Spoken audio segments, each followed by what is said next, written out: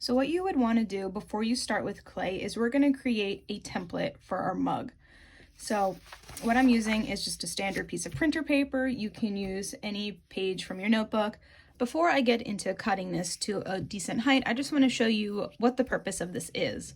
So if I were to use this exact piece of paper as my template, once I hold this over my clay slab and I cut the clay slab to be exactly this size, what you would end up doing is, imagine this was the clay, these ends would meet, and this is what you would essentially end up with, right? So pretend these are nice and closed. This would be your mug.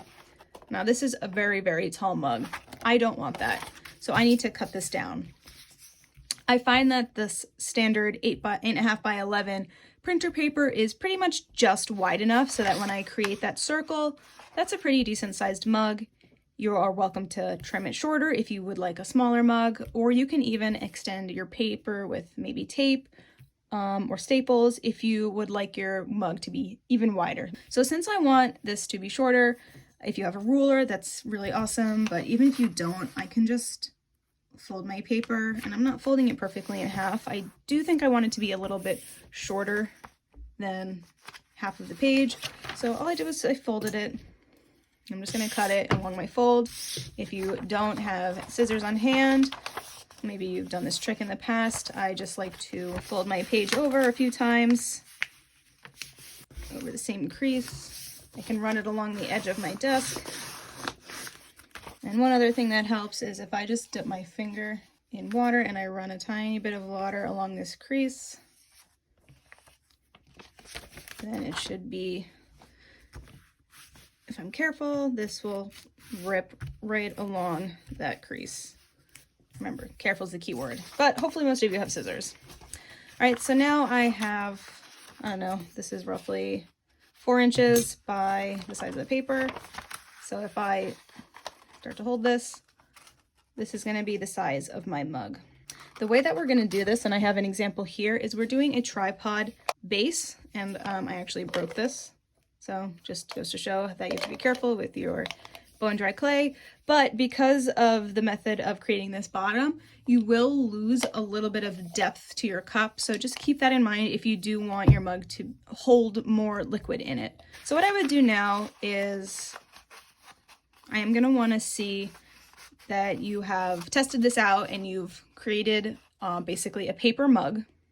So if I were you, I would either tape this or staple it.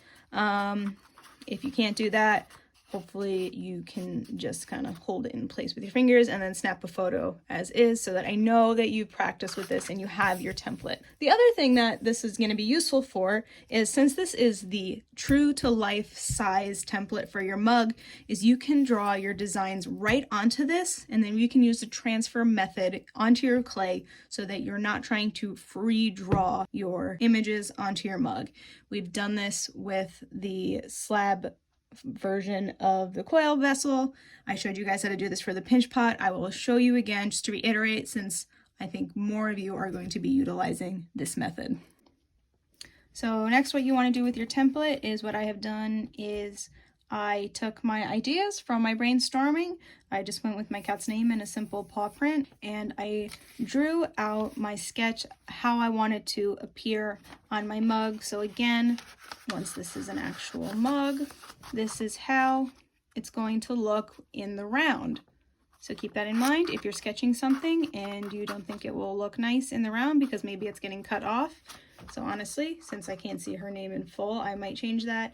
I don't really mind it though, but on occasion, put it back into its mug shape and then check that you're happy with it. One word of caution is be wary of going along the edge, because that is where our clay is going to connect. So anything that's right on the edge will get probably cut off. So I'm cutting it really close here with the edge of this paw print. The other thing is, try not to put anything towards the bottom. Once again, this is a tripod mug, so this will probably end up getting lost once we finish building the body of our mug. So in addition to brainstorming and quickly drawing your mug on paper, I am going to be looking for your drawn sketches onto your template, because we will be able to transfer this onto our mug.